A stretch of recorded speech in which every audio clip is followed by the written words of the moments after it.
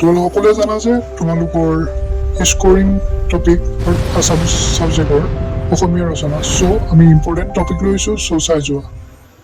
নমস্কাৰ নৱম আৰু দশম শ্ৰেণীৰ ষ্টুডেণ্টছ, তোমালোকৰ হাফ ইয়াৰলি এক্সাম পালেহি।